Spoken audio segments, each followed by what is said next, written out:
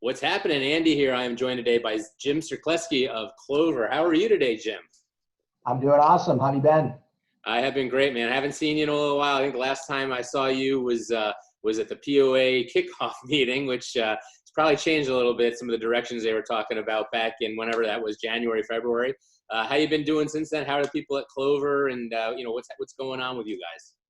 Yeah, everybody's good. Everybody's good. Obviously a lot of change going on, right? But definitely miss those POA get-togethers with everybody actually, right next to one another without a mask. So I look forward to going back to a meeting where I don't have to wear a mask or actually I can just be with people. Yeah, I miss that, man. Last time, I think what happened was I sent you a hat, which one of these, and then you sent me a hat, which I sent you that baby. All right, the Ted Nugent hat. I love it. Yeah, this hat almost got me divorced, but fortunately we were able to work some things out. Appreciate that. It sits behind me on most of these interviews. So where are you located? You're locked down. I'm sure you look like you're at a home. I'm in my office. We you know what? A couple of us come to the office every day still. You're in the office, the real office. The real office, yeah. Okay. In Hoffman Estates headquarters. There's a handful of us coming in every day still. I have a routine, and so I just cannot, I can't really go away from that routine. So I still need to come to the office every day. I know it's not necessary, but we're keeping our offices closed until next year. And quite frankly, we haven't missed a beat. I was worried about productivity, and our IT teams have been amazing, just kind of getting everybody comfortable working from home and still staying connected with our customers. Sales has stayed connected with our customers. From a systems perspective, customer service.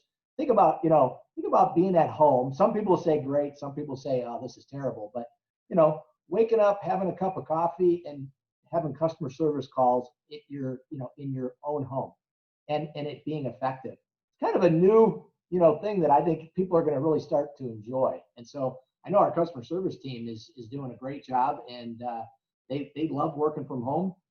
People don't have to drive 20, 30, 40, 50 minutes to work. We're closing a bunch of facilities. I mean, literally getting out of the leases and not renewing a lot of facilities because we just don't need them anymore. I would not want to be in commercial real estate right now. I mean, it's scary. Yeah. Well, I mean, you guys are essentially a global company anyways, right? You've got people all over the world. So you've been managing people remotely. So this was probably not as much of a challenge in certain ways. In other ways, I'm sure it was. But I have to imagine just keeping up with your normal current, product line services had to be challenging. But, what I'd really like to talk to you about today is quite a few new products and services that you guys have sort of come out with, what I'd like to, call new opportunities for dealers that maybe a year ago didn't exist, right? We're all looking for, they're all looking for that peripheral business. They're all walking into customers and meeting and greeting them. And so now you guys have come up with a whole, is it a new division or is it just another product offering? Tell me about the new programs that you've come out with since COVID started. Sure. So it's kind of morphing into a new division. So, I mean, we've launched a bunch of new products that are, directly related to imaging. Wide format is obviously something that, we've been working on for a long time. We've expanded our parts business, we're selling printers, all that, anything that's imaging related. Thermal transfer, has been really big for us, the Zebra type, supplies. So we launched that during this, COVID, because we were planning on doing it anyways, right? So we just said, you know what, we're not going to stop, just, launch. So we launched, but we just took it down a few notches in terms of how many products we're going to carry in each category. But for the most part, it's been very successful, and it's been helpful for our dealers because they just need new revenue streams. Yeah. But the big one obviously has been, it's been PPE. We really have done an amazing job on the PPE side. In particular, we got involved early on a disinfectant wipe deal that was just a game changer. We contracted with a company, a publicly traded company. Actually, they're the largest vertically integrated disinfectant wipe company in the world. And we were able to actually purchase the production lines for certain product lines that they are offering into the marketplace. So as an example, I actually have this right here. This is a product called Cleanitize, and this is a 72 count of disinfectant wipes and in a soft pack. To give you an idea of what we will be selling of this product, and we have contracts and we have customers buying this product throughout 2021, we're going to do almost $60 million in revenue and sales of just this product alone next year with signed contracts. That's how crazy the disinfectant wipe space is. This is crazy. You know, and we're doing hand sanitizer, we're doing nitrile gloves, we're doing face masks, 3M and Honeywell face masks. I mean, it's crazy. And yes, it's a division now. I mean, it's all of our sales reps are embracing it. All of our sales reps are actually selling this product category. And yeah, that's some of the stuff right there that we're doing. Face shields, we're manufacturing face shields right in our Vietnam factory. So just the PPE space. You have a whole price sheet here. I mean, I'll put a link to this.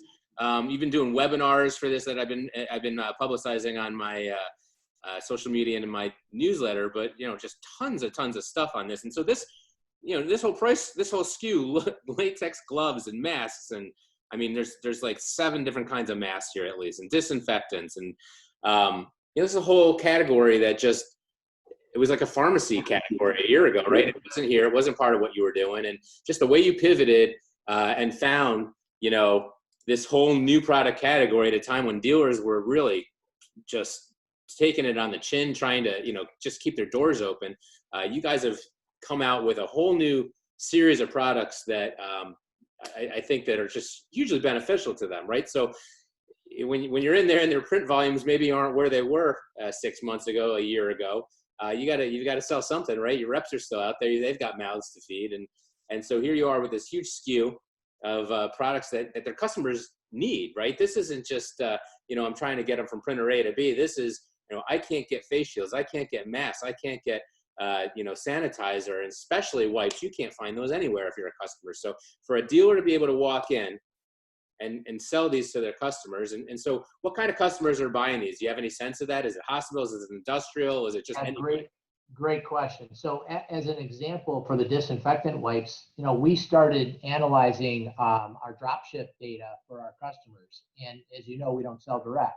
So we went back to our dealers and we said, hey, you know, dealer number 1, you know, you realize that we drop ship toner to 42 different hospitals that you have, obviously, right? For managed print. And here's your list of 42, you know, hospitals that you sell to. This disinfectant wipe is perfect for hospitals or education, you know, all these schools. You know, we ship to restaurants, you know, restaurant chains for our customers.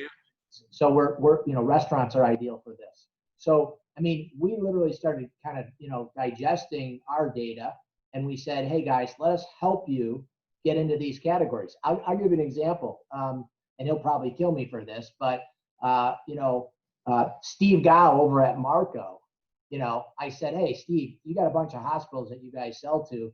You want to sell disinfectant wipes? He's like, what? You know, we don't do that. Within a week, he had a truckload of disinfectant wipes sold to their hospital partners. I mean, like that, because they're impossible to get. They can't get them. Impossible to get. So you're making these. You bought plants. You're making these. You're making the masks and shields. This is a lot of this stuff you weren't even in 6 to 8 months ago. So how were you able to just get in there so quickly and start manufacturing this stuff? It wasn't like you just converted, you know, toner or inkjet manufacturing plants into something new. In most cases, these had to be, I would think, net new or acquisitions or just net new factories. How did you get into it? Yeah, so great question. So let's start with hand sanitizer, because that's kind of the first thing that we got ourselves involved in. And this is a crazy, you know, story, but we own the partners here at Clover own a CBD business, and we own a brand called Soul CBD. That manufacturer that manufactured our CBD was also a manufacturer of hand sanitizer.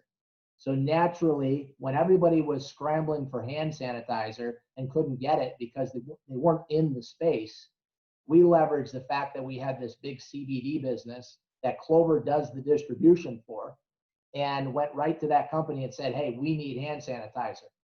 They could have said no, we have all the demand we need, right? But because we were leveraging our relationship with that plant, we got it right away. And so we were in the game right away with that. That progressed us into having the ability to talk to different, partners in different areas.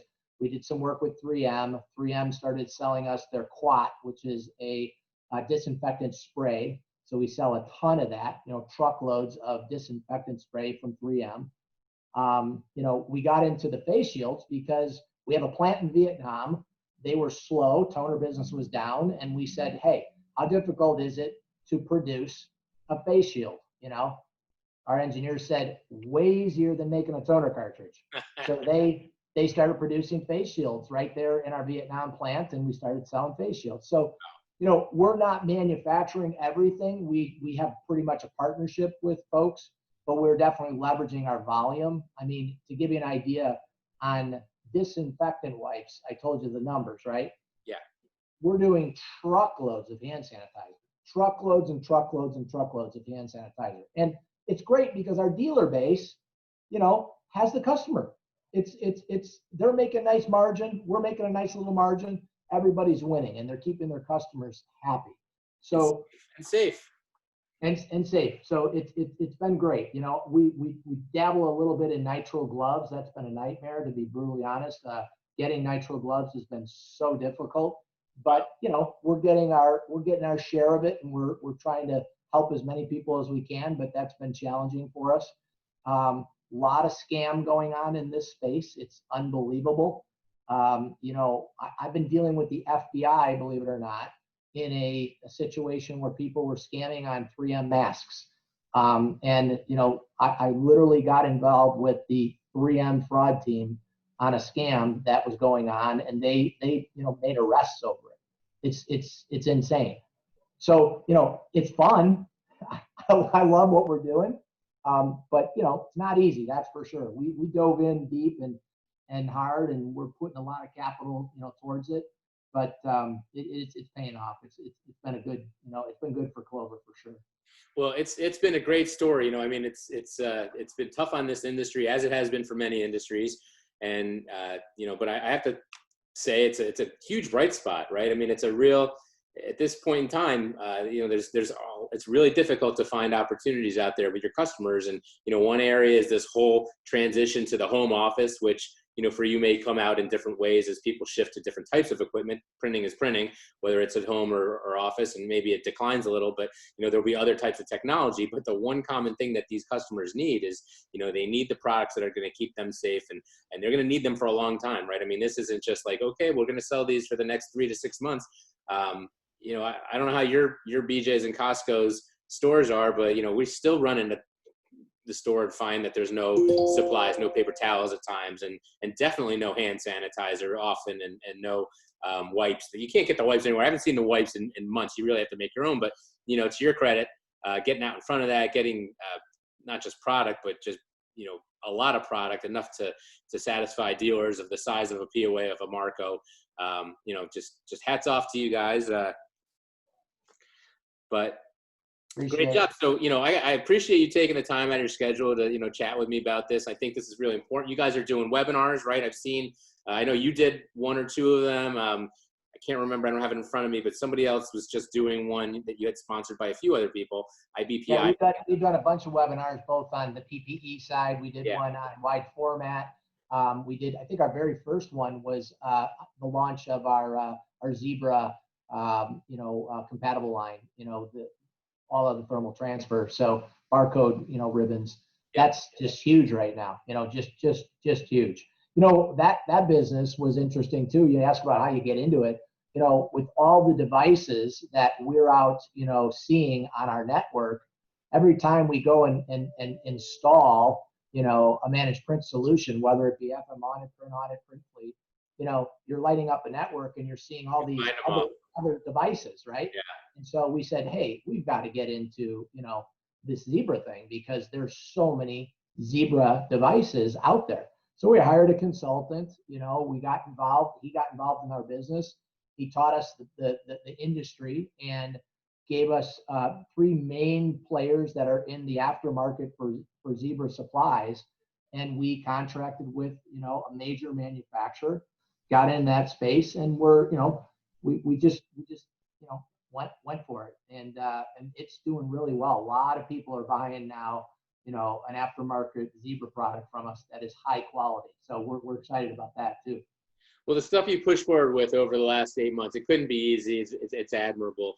Again, appreciate you taking the time to go through all these things with me. Any last words for the dealer channel out there, my viewers? Anything you'd like to leave them with before we wrap up for today? Don't give up, guys. There's still plenty of business out there. I know print's down. I know everybody's worried about the marketplace because we're down 20-30%, but I don't think it's over. I think people are going to still print. Yes, next year is going to be slower. There's going to be a lot of home office opportunity. We're going to go and heavily invest in our inkjet space. Our plant up in Michigan is booming. I mean, booming. You would not believe how many inkjet cartridges we're producing each day. We need more empties. So I'll say this to all you dealers: get me empties. We're buying inkjet empties, please. So send Jim your inkjet empties. Jim, this has been great catching up. I look forward to really hanging out with you, having some drinks and talking. But until then, we'll just have to keep doing these, and we'll check back in with you soon. All right, buddy. Take care. Be safe. Take care. Bye-bye.